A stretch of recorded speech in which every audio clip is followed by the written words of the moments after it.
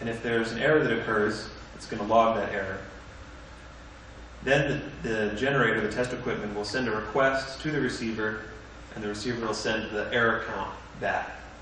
Now the thing that's clever about this is the way I've diagrammed it here. On the left, we've got test equipment acting like an MIPI generator. And then on the right, you've got an MIPI receiver. And that's your actual product. But you could substitute the item on the left for another MIPI device. So in this case, we're demonstrating essentially a conformance test. We've got equipment talking to an MIPI receiver. But if you substitute an MIPI device on the left-hand side, you've got an interoperability test. So those test modes can be enabled from test equipment for doing conformance tests, or from a device for doing an interoperability test. So any question on those test modes?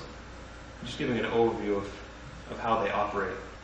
All right, next we'll just briefly talk about the process for conformance testing.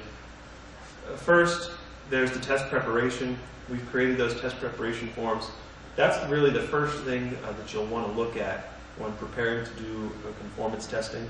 It's going to show you kind of the minimum things that you'll need to do, the minimum configurations you'll need to demonstrate in order to do the conformance testing.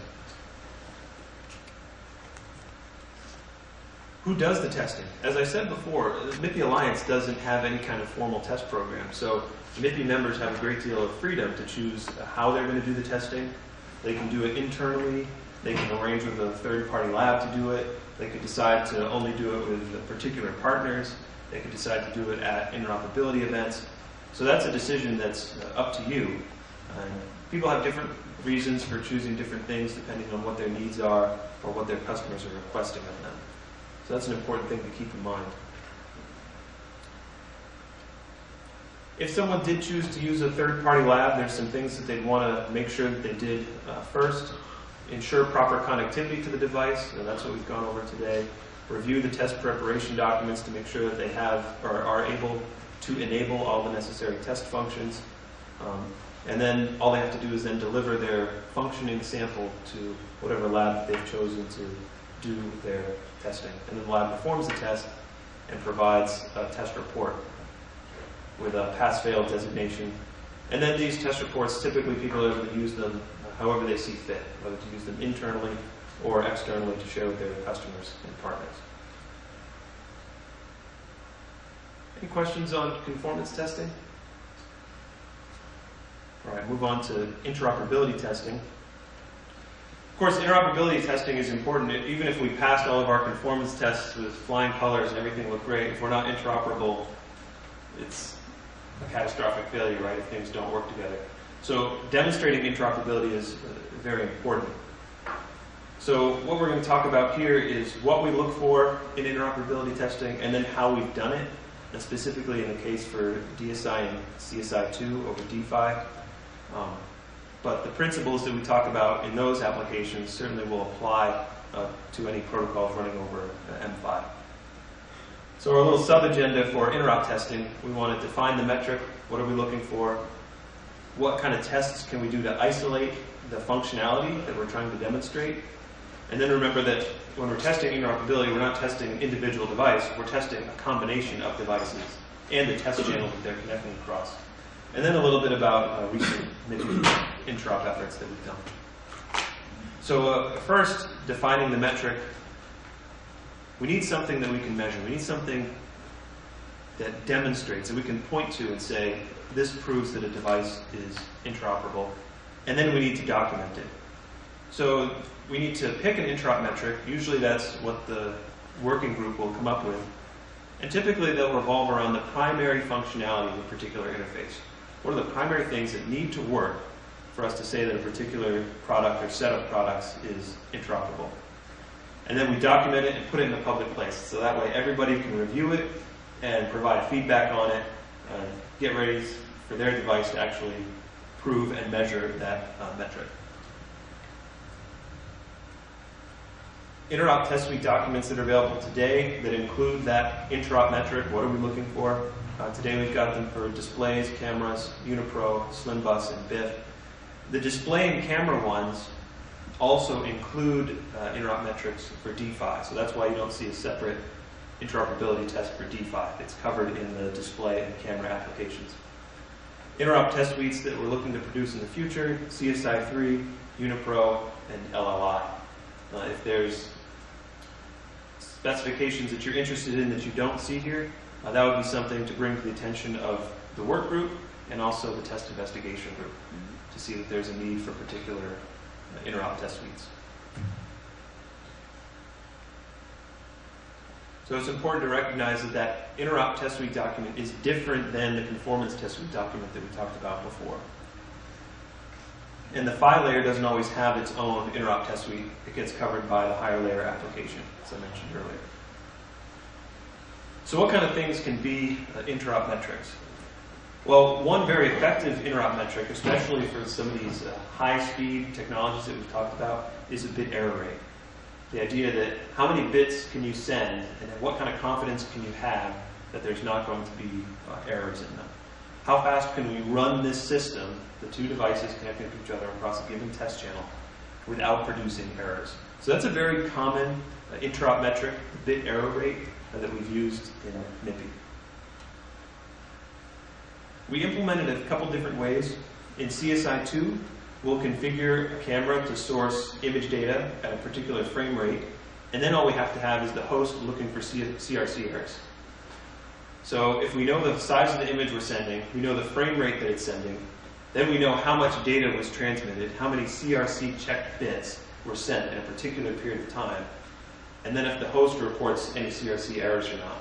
From that, we can calculate a bit error rate. Display is a similar idea, except we consider the host, or configure the host, to send that image data. Again, you know the frame rate, you know the resolution, you know the image format, you know how many bits you've sent in a particular time. But in the case of display, you have to get the panel, or the peripheral, to actually report back whether or not it saw any errors or not. So in this case, after sending all of that data, the host will need to send a bus turnaround and allow the display to report back either an ACK or an acknowledge an error report indicating if it had seen any errors. From that, you don't really get an error count, but you know whether or not any CRC errors occurred or not. And so you need to pay attention to how many bits did you send, and then if you saw at least one error, what does that tell you about your BER? And so ideally, the case is you send just enough bits, you perform the bus turnaround, and no errors come back. And so you have a high degree of confidence that you can meet a particular BER. There's more detail about exactly how many bits are enough, how many bits you need to send, and for how long in the respective interoperability test suites that are available on the testing resources page. Any questions about the BER test or how we perform that for interoperability? I just gave you two examples about display and camera. We're probably going to do something similar for LLI, UniPro, CSI3. All right. So you can see that that BER test really isolates the PHY functionality. If you're having a problem with the CRC, getting a lot of CRC errors, that points to an issue with the PHY. If there's something wrong, either there's something wrong with the channel, there's something wrong in the transmitter or receiver side. So you've isolated that functionality with the BER test. But there's other functionality that you're interested in for interoperability testing. And that's what the next couple of slides will get into. For example, for CSI and DSI, it's meant to move pictures, right? It's meant to display an image on a peripheral or move image data from a sensor into a host. So a very basic function is the ability to verify that an image is either being displayed correctly or received correctly by a host. And so we'll have a very simple image verification test where we simply visually inspect whether or not an image arrived on a panel correctly or can be reconstructed by a host when receiving that data from a camera. Another interop metric specific to BIF. One of the issues in BIF is the ability to have multiple slaves on a single bus and then be able to select just one of them, do an operation on that slave, deselect it, select another slave. And so we've designed our interop metric for BIF to do exactly that, to perform those primary functions, primary basic functions. And as I mentioned, the purpose of each of these different metrics is to isolate functionality. So we're going to have different interop metrics for different parts of the system, different parts of the interface that we're testing. Now typically we're going to test the physical layer one first, because if the physical layer isn't working or is not interoperable, we don't really have much hope of getting the higher layer functions to work. Because if we're sending image data and there's all kinds of CRC errors in it, then how is the host going to reconstruct the image from what it's receiving if it's having to throw out every other packet because of a CRC error? And if we then validate that the physical layer is working properly, then if we see an error when we're trying to do the image verification test, we can be confident that it's not stemming from something else in the PHY, because we've already isolated the functionality of the PHY and proven that it's working properly.